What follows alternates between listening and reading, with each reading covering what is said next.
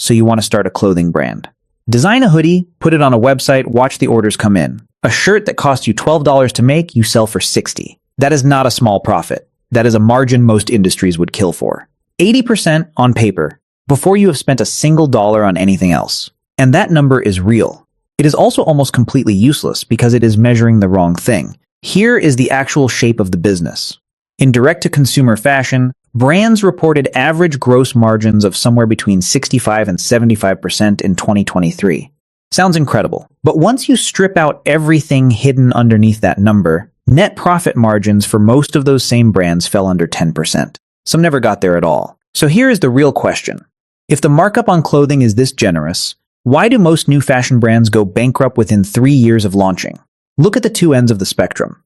Gymshark started in a garage in Birmingham, England, in 2012, printing logos onto gym clothes by hand. By 2020, it had a valuation north of $1 billion. By its 2024 fiscal year, it was pulling in over £600 million in revenue. Meanwhile, in that same stretch, between 2020 and 2024, hundreds of nearly identical activewear brands on Shopify quietly shut their doors. Same industry, same margins on paper, wildly different outcomes. Part of why this keeps happening is that the barrier to entry basically doesn't exist anymore.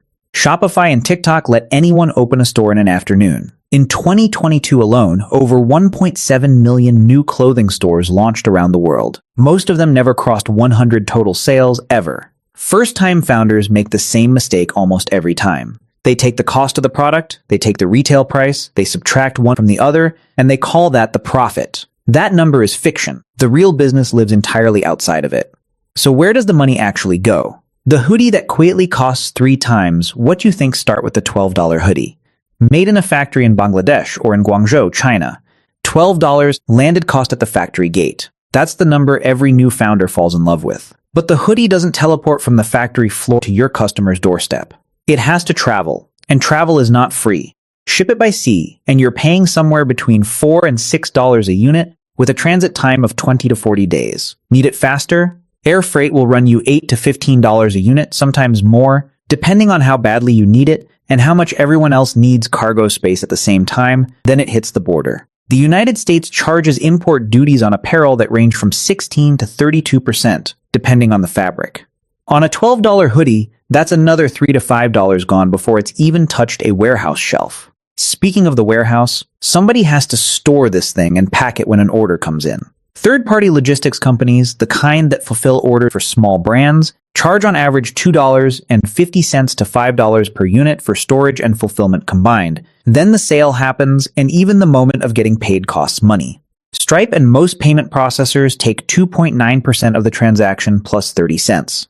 On a $60 sale, that's a bit over $2, gone instantly, automatically, every single time. Add branded packaging, a return label tucked inside the box just in case, and a small reserve set aside for the item to come back damaged, and you're looking at another $3 to $8 per unit, and then there's the return itself. Fashion sold online gets returned at a rate of 20 to 40%. Compare that to a physical store where returns sit at 5 to 9%. Nearly 1 in 3 online sales comes back. When it does, you keep almost none of the associated costs. The outbound shipping, the payment processing fee, the packaging, none of that gets refunded to you. You eat it, add it all together, and that $12 hoodie has quietly become a $30 to $40 hoodie. Before a single cent goes toward telling anyone it exists. If the product itself eats up half the $60 price tag, what's left is thin. And the thing that eats the rest of it hasn't even shown up yet. The customer cost you more than he spent. Here's where most brands actually die. Not in the factory, in the advertising account. Getting a stranger on the internet to become a paying customer is called customer acquisition, and the cost of doing that has been climbing for a decade. In 2015, acquiring a customer for a clothing brand through Facebook or Instagram ads cost around $12. By 2024, that same customer costs somewhere between $30 and $60, sometimes more. A big reason for that jump has a specific date attached to it. In April of 2021, Apple released an update to its operating system that let iPhone users opt out of being tracked across apps. Most of them did. Somewhere close to 3/4 of users worldwide switched tracking off. That single decision blinded advertising platforms. They could no longer see nearly as clearly who was likely to buy something, which meant brands had to spend 2 to 3 times more money to get the same number of sales they used to get for less. Now run the math on one transaction. A $60 hoodie. Real landed cost around $35. That leaves $25 of what looks like profit. But if it costs you $45 in advertising just to bring that one customer to your website, you didn't make $25. You lost $20. On the sale that was supposed to be your win, brands try to get around this by paying influencers directly instead of running programmatic ads. A single mid-tier influencer post might cost $5,000 flat. Sometimes it converts beautifully. Sometimes it produces zero sales. Because the influencer's audience was never actually interested in buying anything, they were just interested in the influencer. And cold traffic, meaning people who've never heard of you and are seeing your ad for the first time, converts into a sale only about 1 to 2% of the time. 98 to 99% of every dollar spent reaching new people produces no revenue at all. Founders, excited by early traction, often pour $10,000 to $50,000 into ads before they've actually proven anyone besides their friends and family wants the product. They're scaling a fire before checking if there's any wood underneath it. If nearly every new customer costs you money the first time they buy from you, how does anyone in this business survive? Wylosing money. On-per is sometimes the actual plan. Here's the part that sounds insane until you see the mechanism behind it. Some of the biggest companies in the world got there by deliberately losing money on the first purchase. Amazon built an empire on exactly this idea. Spend more to acquire a customer than that first order is worth. Because the goal was never the first order. The goal is every order after it. This is measured as lifetime value. If losing $40 gets you a customer who comes back and buys from you 4 separate times, you didn't lose $40. You made closer to $120. The tool that makes this work is email and text marketing. Platforms like Klaviyo, built specifically for this, can generate 30 to 40% of total revenue for an established brand, and it costs almost nothing per message compared to advertising. No auction, no bidding against competitors for attention. Just a list of people who already bought something once. The catch is that most customers never give you the chance to email them twice. Repeat purchase rates in apparel sit around 20 to 30%, which means 70 to 80% of the people you paid so much to acquire buy exactly one time and vanish. Some brands try subscriptions to lock in that second purchase automatically, but subscriptions make a fashion label feel less special, less like something you chose, and more like something you're stuck in. Others fall back on discounting, 10 to 30% off, just to get people to come back. Except every discount trains a customer to wait for the next one, instead of paying full price again. The entire survival of this business depends on converting strangers into repeat customers. Most brands never manage it.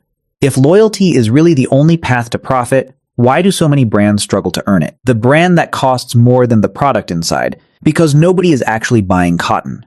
A plain hoodie can be manufactured by 1,000 different factories for roughly the same price. What separates a $60 hoodie from a $12 one isn't the fabric. It's the story wrapped around it. Successful apparel brands spend 15 to 30% of their entire revenue on content. Photography, video, creative direction. A single professional photo shoot, with models and a location and a crew, can run anywhere from $2,000 to $15,000. And that's for one shoot, one drop, one moment of the brand's story. Look at Supreme. A streetwear label that built a valuation in the billions almost entirely on scarcity and perception, not on any technical advantage in how the clothes were made. People weren't buying a box logo t-shirt because it was well constructed.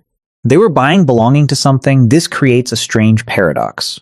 The less functionally different your product is from everyone else's, the more expensive your branding has to become to make people care. A founder who thinks they're starting a clothing company slowly discovers they've actually started a media company that happens to sell clothing. And once you've built something people want to belong to, something else starts happening almost immediately. The copycat economy that nobody can outrun. Zara can take a design that's trending right now and have a version of it in stores in under 3 weeks. Shein uploads more than 6,000 new products every single day, many of them lifted directly from small independent designers who spent months developing the original. Here's the part that surprises most new founders. There is almost no legal protection for the actual design of a piece of clothing.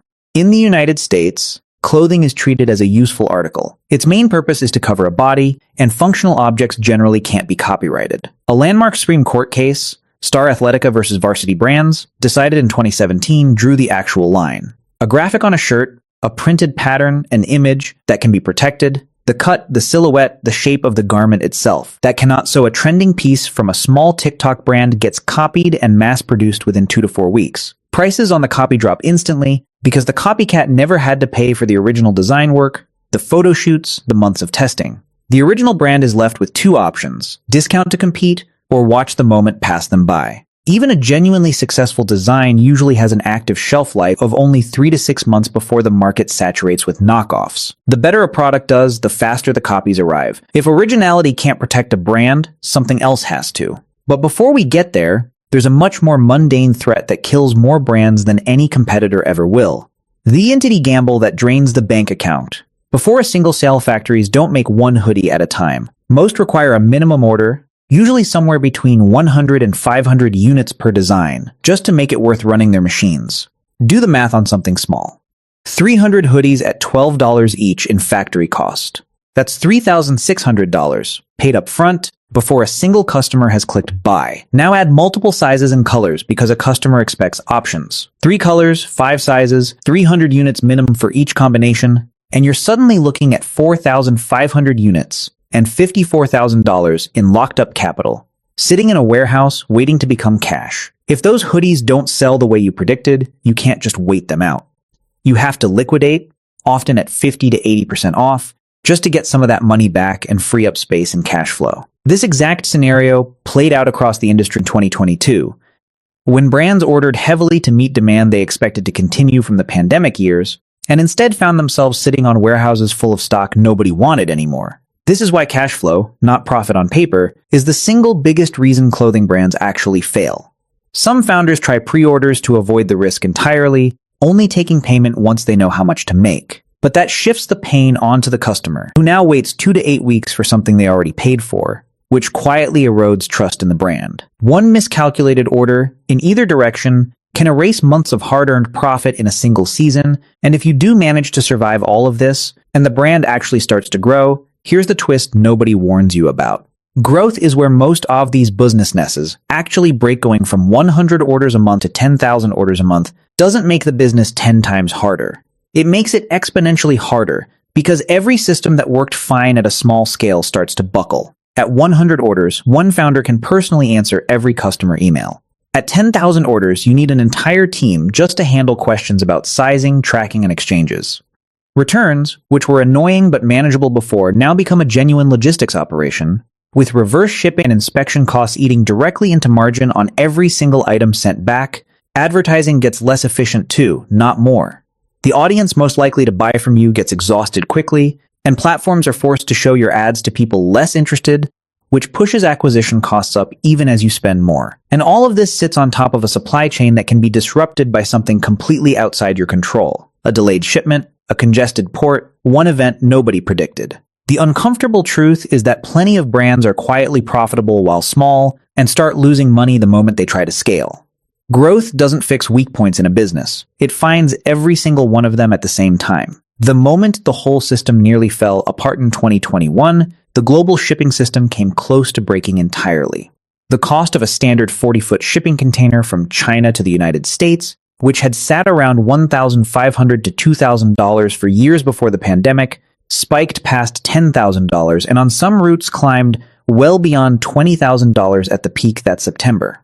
Brands that leaned on air freight to move faster than the ocean backlog saw their shipping costs double almost overnight. Meanwhile, container ships sat anchored outside the ports of Los Angeles and Long Beach for weeks at a time, sometimes a month or more, as the backlog grew. Seasonal collections that were supposed to launch on schedule simply didn't show up. Brands had already spent money on ads promoting products that were physically stuck at sea. Picture what that actually does to a small business. The bills keep arriving. Rent on the warehouse, salaries, the ad spend already committed. But the inventory that was supposed to generate revenue to pay for all of it is sitting on a ship somewhere in the Pacific. Cash dries up while the calendar keeps moving. Some brands responded by shifting production back to domestic factories, which solved the shipping delay but doubled or tripled their unit costs instead. Others simply couldn't absorb the disruption and shut down. One global event, one supply chain hiccup, and hundreds of small, otherwise reasonably run businesses were gone. If a single disruption thousands of miles away can end a company, how fragile was that company to begin with? Where the